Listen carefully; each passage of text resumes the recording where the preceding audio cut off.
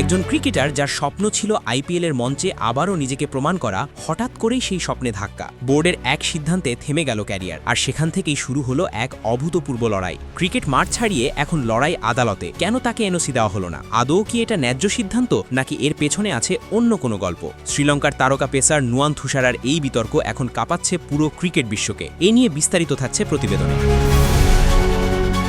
Cricket বিশ্বে প্রায়ই আমরা দেখি মাঠের লড়াই, প্রতিদ্বন্দ্বিতা আর রোমাঞ্চ, কিন্তু কখনো কখনো সেই লড়াই গড়ায় মাঠের বাইরে, আইন আদালতের কাঠগড়ায়। ঠিক তেমনই এক ঘটনাকে ঘিরে এখন তুমুল আলোচনায় শ্রীলঙ্কার পেসার নুয়ান থুসারা।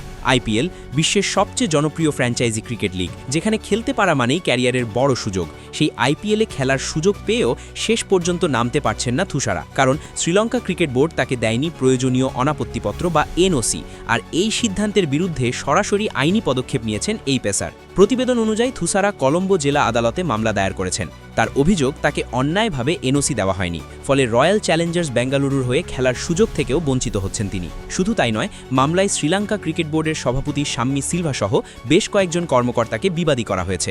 থুসারার দাবি পরিষ্কার, তিনি আদালতের কাছে দুটি নির্দেশনা চেয়েছেন। প্রথমত, তাকে বাধ্যতামূলকভাবে আইপিএলে খেলার অনুমতি দিতে হবে। দ্বিতীয়ত, তাকে এই এনওসির অধিকারী হিসেবে স্বীকৃতি দিতে হবে। তবে শ্রীলঙ্কা ক্রিকেট বোর্ডের অবস্থান একেবারেই ভিন্ন। তাদের দাবি, থুসারা নির্ধারিত ফিটনেস মান পূরণ করতে পারেননি, আর সেই কারণেই তাকে এনওসি দেওয়া হয়নি। কিন্তু এই যুক্তি মানতে নারাজ থুসারা। তার বক্তব্য, তার ফিটনেস আগের মতোই রয়েছে এবং অতীতেও একই অবস্থায় তিনি এনওসি পেয়েছেন। এখানেই তৈরি হয়েছে বড় প্রশ্ন, যদি আগে ফিটনেস সমস্যা না হয়, তাহলে এবার কেন?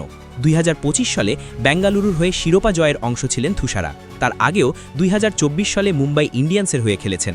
অর্থাৎ আইপিএলে তার অভিজ্ঞতা নতুন কিছু নয়, বরং পারফরমেন্স দিয়েই তিনি নিজের জায়গা তৈরি করেছেন। আরও একটি গুরুত্বপূর্ণ বিষয় হল, 31 মার্চ 2026-এ শ্রীলঙ্কা ক্রিকেটের সঙ্গে থুসারার চুক্তির মেয়াদ শেষ হয়েছে। তিনি সেটি নবায়ন করতেও আগ্রহী নন। অনেকের মতে এটি তার আন্তর্জাতিক ক্রিকেট থেকে সরে দাঁড়ানোরও ইঙ্গিত।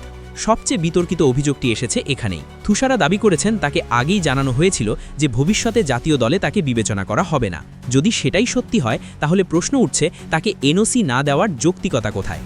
এই পুরো ঘটনা এখন নতুন করে আলোচনার জন্ম দিয়েছে ক্রিকেটারদের স্বাধীনতা, বোর্ডের ক্ষমতা এবং ফ্র্যাঞ্চাইজি ক্রিকেটের ভবিষ্যৎ নিয়ে।